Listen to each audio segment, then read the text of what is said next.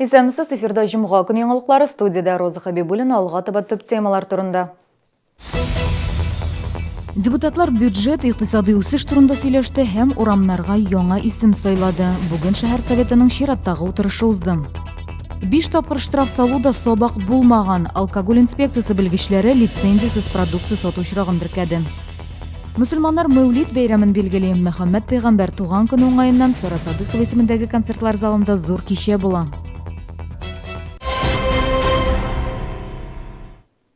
Алдагы елларда шәһәрнең социаль-икътисади яктан үсеше киләсе елларга бюджет турында шәһәр советы утырышында сөйләштеләр. Депутатлар 14 сорау карады. Барлык проектларда моңа кадәр даими комиссия утырышларында каралган иде. Беренче булып Наталья Кропотова чыгыш ясады. Ул 2018-2020 елларга социаль-икътисади күрсәткечләр турында сөйләде. Быел үзебездә җитештерелгән продукция күләме арткан, алга таба да күрсәткечләрне саклап калырга кирәк дип билгеләде. Депутатлар алдагы 3 елга шәһәр бюджетын дефицитсыз куплады. Республика бюджетына килгән акчаларында исәпкә алдылар. Первый – субсидии 120 миллионов 936 тысяч 760 рублей. Второе – увеличение субвенций на реализацию государственных полномочий по осуществлению государственного контроля и надзора в области долевого строительства многоквартирных домов на 191 200 рублей. Третье – иные межбюджетные трансферты 79 миллионов 504 тысячи 78 рублей. Жер куллану өлкәсендә тәртип урнаштыру аркасында быел шәһәр казнасы 1 миллиард 23 миллион сумга байыган. Если в 2013 году подали 73 иска, в 2014 году 48, то в 2015 году, когда начали работать новая команда, подали 228 исков. В 2016 году 502 иска. В 2017 году 514 исков. Сумма. В 2013 году 17 миллионов удовлетворенных исков. В 2014 году 36 миллионов. В 2015 году 213 миллионов, в 2016 году 296 миллионов, и в этом году вы цифру слышали. Топонимика буенча комиссия берничә урамга яңа исем бирергә тәкъдим итә. Предлагает присвоить тупику. Первое. Тупику в районе индивидуальных домов, расположенных на территории 50А микрорайона, наименование переулок Ивана Мажарова, как примыкающий к существующему переулку Ивана Мажарова. Улицам в жилом районе Суар, наименование улица Дмитрия Бадриддинова и улица Виктора Герасименко. 6 кварталга Виктор Дереглазов исеме биреләчәк. Рамиль Халимов урамнарга кушыласы исемнәрне йөртүчеләр барысы да моңа лаек дип билгеләде. Депутатлар бер тавыштан хуплады. Гүзәл Шихапова, Ленар Султанов, яңалыклар. Чаллыда лицензиясыз алкоголь саткан өчен кибет җитәкчелегенә карата 5нче тапкыр штраф салдылар. Эшмәкәрнең шәһәрдә 2 кибете бар. Белгечләр ай сайын алкоголь сату өлкәсендә 50-60 закон бозучыларга теркәлә. Алар арасында тыелган вакытта алкоголь белән сәүдә итү, яшүсмерләргә спиртлы эчемлекләр сату, лицензиясыз алкоголь сату бар. Соңгысы буенча ел дәвамында 51 очрак теркәлгән. 17:03 йорты бинасында урнашкан кибеттә безнең иҗат төркемен тыныч каршы алдылар. Эшмәкәр инде ярты ел дәвамында лицензия ала алмыйм дип аңлатты.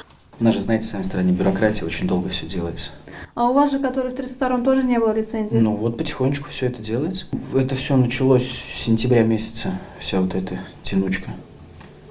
Так что вот идем к этому, стремимся. А на какую сумму вас уже отштрафовали?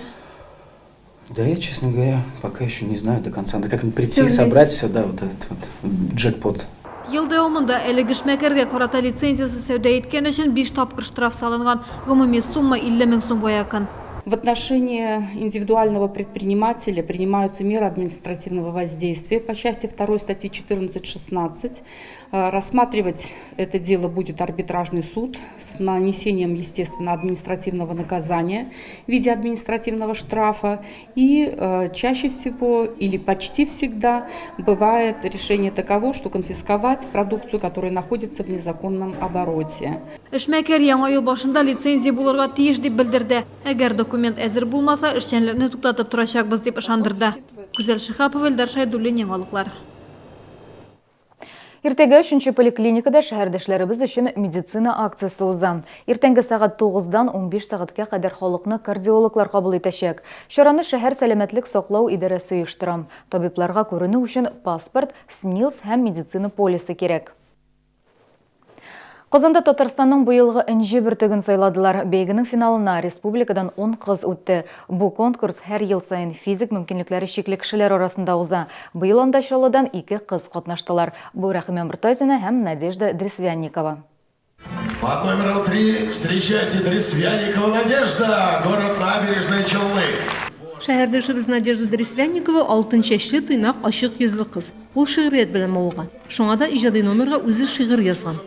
Зима не может не радовать, но вот неясно, откуда берется искренность. Я пишу стихи довольно-таки давно, и просто для меня это очень волнительно, страшно, как автору выступать на большой сцене. И вот поэтому был такое опасение, был риск такой, что как это все получится, воспримется, но я очень рада. Шигырь язудан тыш Надежда китаплар укый, рәсем ясый, сәйлән белән чигә. Киләчәктә эшкә урнашу максаты белән веб-программалаштыру курсларына йөри. Тырыш кыз бәйгедә иң сөйкемле энҗе бөртеге исемен алды һәм интернет тавыш бирүдә җиңеп чыкты. Бәйгедә катнашкан кызларның икенчесе Рәхимә Мортазина иң нәзакәтле энҗе бөртеге исеменә лаек булды. Алып баручының иң матур чәчәк бәйләмен кемгә бирер дигән сорауга ул бер тыннан кызыма дип җавап бирде. Своей прекрасной дочери. Потому что я ее люблю. Все логично. Дополнительных вопросов, по-моему, не требует Ксения. Ике Чаллы кызы да бу бәйгедә тагын да катнашыр идек диләр. Әмма мондай мөмкинлек һәр кемгә бер тапкыр гына бирелә. Һичшиксез, бу кызлар якыннар өчен алга таба да, гадәти тормышта да энҗе бөртек булып калачаклар. Рим Әхмәтова, Константин Величко, Илдар Шайдуллин, Яңалыклар.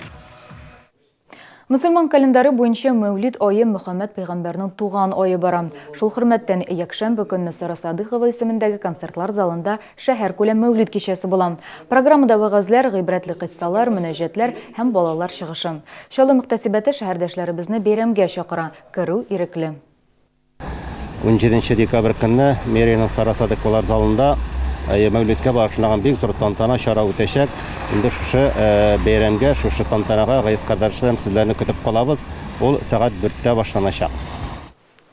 Яңа ел бәйрәме марафонына бүген Сидоровка паркында старт бирелде. Әлеге минутларда поселокта чыршы ачу тантанасы бара. 20 декабрь көнне 16 сәгатьтә Бумажников микрорайоны һәм Боровецкий бульварында яңа ел чыршысын ачу тантанасы узачак. 21 декабрь 16 сәгатьтә Тукай Ярбый һәм Җиңү паркындагы яңа ел чыршыларының утлары кабыначак. 27 декабрь көнне Азатлык мәйданындагы Үзәк яңа ел чыршысын ачу тантанасы була. Быел аның бизәлешендә традиционда яңа төрле утлы иллюминацион элементлар да кулланылачак. Төп сәхнәдә Татарстанның һәм Чаллы шәһәренең сәнгать осталары катнашында яңа ел алды мөгъҗизалары дип аталган театральләштерелгән тамаша узачак. 31 декабрьдә барлык чыршылар янында да бәйрәм чаралары үтә. Чаллыда хәйрия акциясы старт алды. Аның кысаларында студентлар һәм мәктәп укучылары Кама балалар медицина үзәгенең нәни пациентлары өчен яңа ел бүләкләре җыюын оештыра. Тәм-томнар, уенчыклар, канцелярия товарларын 10-сыннан алып 23 декабрь көннәрендә белем бирү оешмаларында җыялар.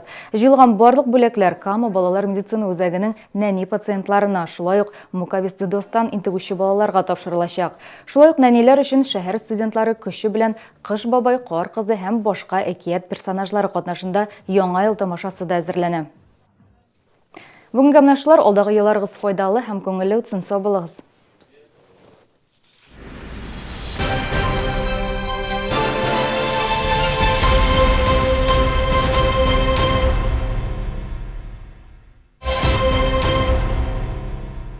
Комфортное лечение зубов по доступным ценам. Стоматология «Улыбка». 54 62 31. В магазине «Зима» новое поступление дубленок, норковых и мутоновых шуб. А на куртки и пальто гигантские скидки. Плюс пуховик в подарок. «Зима». ТЦ «Палитра», 3-й этаж. Сенсация в корпорации «Центр и Селдом». Цены ниже предела. Например, микроволновка всего за 2 777. Корпорация «Центр и Селдом». Все как для своих.